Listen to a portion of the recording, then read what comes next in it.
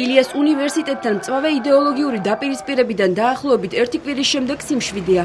ერეკლე დეისაძის წიგნის პრეზენტაციის გამო შექმნილი უთანხმოება უნივერსიტეტის შიგნით სტუდენტებს შორის დაიწყო, თუმცა მოგვიანებით მასში სხვადასხვა ორგანიზაცია და პოლიტიკური პარტია ჩაერთო. ბევრმა მათგანმა კონფლიქტის მიზეზად უნივერსიტეტის რექტორი გიგი თევზაძე დაასახელა.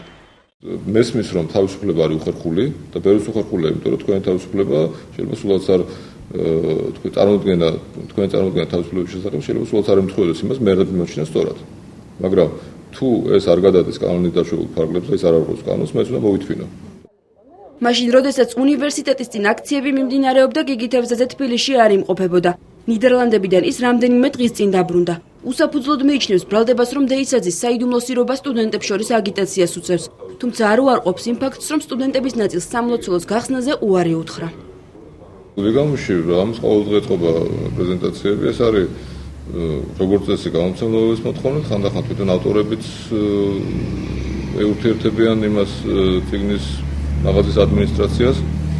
მოსწავლეს ხდება სრულიად ისე დამოუკიდებლად და უნდა ხდებოდეს კიდეც უნივერსიტეტის ადმინისტრაციისგან დამოუკიდებლად.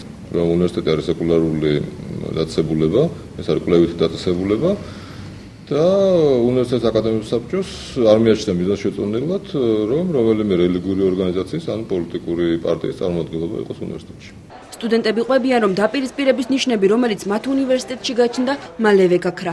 ილიას უნივერსიტეტის სტუდენტები რამდენიმე დღიანი დაპირისპირების შემდეგ შეიკრიბნენ და ერთმანეთზე თავდაუსხმელობის შეთანხმებას მიაღწიეს.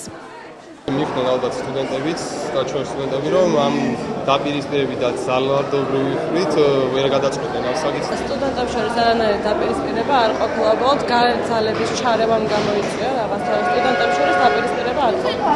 სტუდენტებს ერთმანეთთან არანაირი დაპირისპირება არ გვაქვს, უბრალოდ შეიძლება მე იმაზე სხვა აზრი მქონდეს, რა თქმა უნდა, ჩემთვის შეიძლება მიუღებელი იყოს რაღაც, მაგრამ ის რადიკალურად და რაღაც ხელების ქნევით გამოვხატო ეს, ჩემთვის ესეც ძალიან მიუღებელია. ყველა სტუდენტმა, რომელიც ამ დღეებში ჩხუბში მონაწილეობდა და ადმინისტრაციის აზრით კანონი დაარღვია, გაფრთხილება მიიღო. კიდევ ერთხელ შემჩნევის შემთხვევაში რექტორის თქმით ისინი უნივერსიტეტს დატოვებენ.